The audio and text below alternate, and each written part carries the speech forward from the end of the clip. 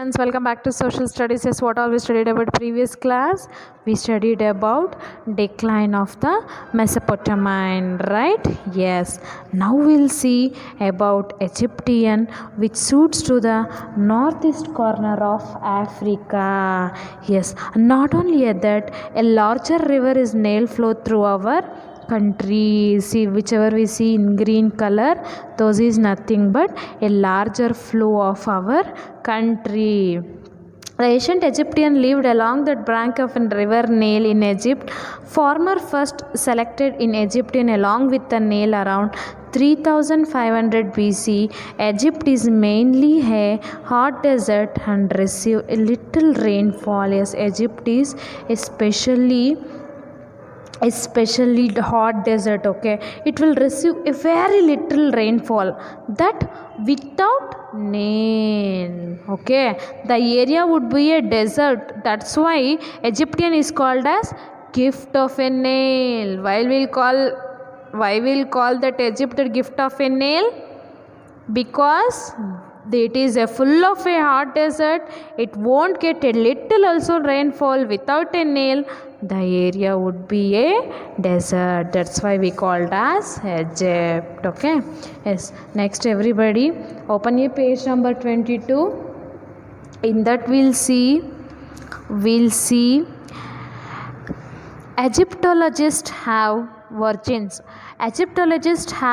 concluded that the classical ancient and Egyptian civilization had been brought to the Nile Valley by a dynastic race invader. They believed that invaders were both culturally and politically superiors to the native prehistoric Egyptian, and that they swiftly established themselves and ruled the country starting around 5500 BC. Two major kingdoms were developed along the Nile. Historical came to the Upper Egypt and Lower Egypt, and Egypt were brought together under one king.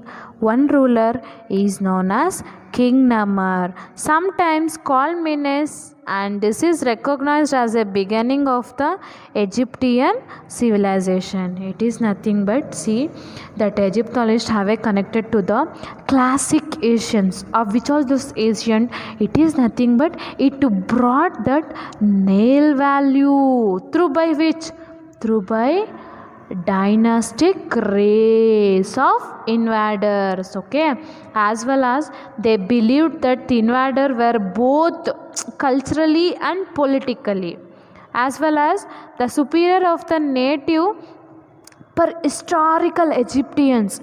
In the shift established the two rulers. In which BC? In 5500 BC. The two major kingdom was Upper Egypt and Lower Egypt.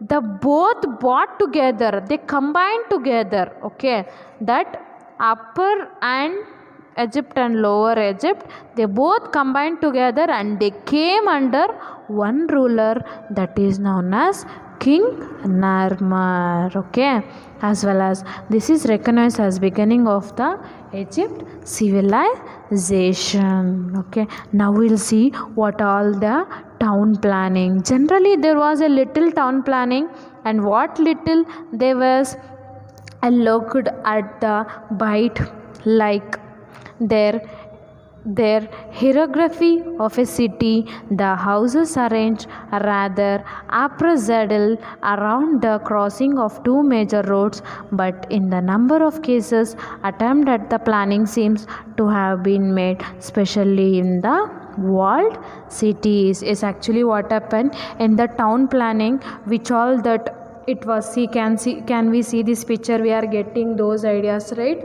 Yes, if we see those pictures only, we are getting like it is looking like Heropasi city, as well as the houses arranged in the rather trapping, right? And it was no two major roads. It was crossing two major roads, especially. It was with numbers of cases and attempting the planning. See, it has been made that walled cities. It democrated. Due to that, the town planning, it was a not a little generally, it was a looked in the bit like aerography. Okay, we'll got through now, right? It is nothing but, if we see this picture only, we can see how the city might be look. See how the walls are made up of, how the roads are made up of, how it is right now. It is specially walled city. It is specially walled city. Now we'll see about society. The Egyptian society was divided into three classes. Yes, obviously upper, middle and lower classes. We got through now, right? Yes. Parab, who king had all the powers, was a considering as to God on the earth, and the Parab of the government official were in the upper classes. The middle classes compared of the merchant and the artisan and farmer.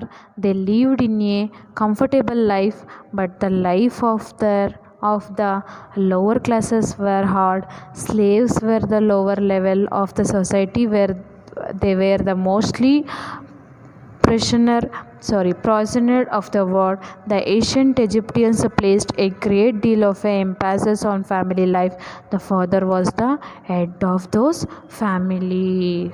Yes, it is nothing but the upper classes. A king had all the powers of consideration. He is also considers God of the earth. What he will consider? He will consider God of the earth. Who all those? Those all upper classes. And Parabo, the government official, were upper classes. Government officials, what they will call us? They will call us government official, as they will also call us God of the earth. Okay. Next, the middle classes companion of the merchant, artisan and the farmer. All those the peoples will be in the middle classes. Merchant, scribes, soldiers, they and all will consider as middle classes. Okay, they lived a very comfortable life. So those and all will call as middle classes. Now we'll see how the lower classes will be. People will be, they lived the comfortable life, but the life of the lower class was harder, because they were slaves, were at the lower level of the society. Yes, obviously can see your lower, very lower, the slaves, farms, Athens. So such were the most prisoners of the war. The ancient Egyptian placed a great deal of emphasis on a family life.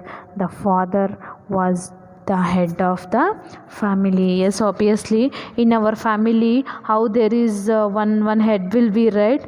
All those, everybody, father will be head of the family, right? Yes, in that such paramedical representation of Egyptian civilization. See how that upper classes people will be, they are paraho and government officials. How the middle classes people will be, they are soldiers and scribes and merchants. And how the lower classes will be, Asians and farmers. Very lowest is slaves. Okay, this is nothing but how the society were looking in Egyptian civilization. Next we'll see occupation. Agriculture was the main occupation of Egyptians.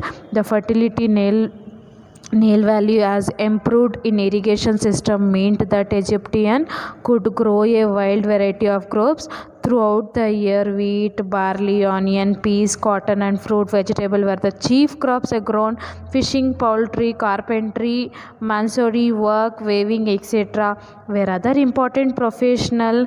Besides agriculture, the Egyptian is also democratic people such as cow, sheep, goat, camel, donkey and pig. Yes, occupation agriculture people mainly that occupation people that of Egyptian, they were fertility in the value of Nile. It has improved that irrigation system, especially meant that their Egyptians could grow that wild varieties of growths throughout the year. Which what all they can grow? Wheat, barley, onion, peas, cotton, fruits, vegetables were the chief crops they usually grown throughout the year, as well as fishing, poultry, carpentry, mansard work, weaving, other important professionals based on their agriculture. They are not only growing the crops, they are also doing like fishing, poultry, carpenter, mason work, where weaving their on beside of agriculture. The Egyptian is also domesticated animals, yes, such as cow, sheep, goat, camel, donkey, pig. They were also doing the domesticated, like how by uh, by by domesticated by the animals, in which way they are by cow, sheep, goat, camel, donkey, and pig.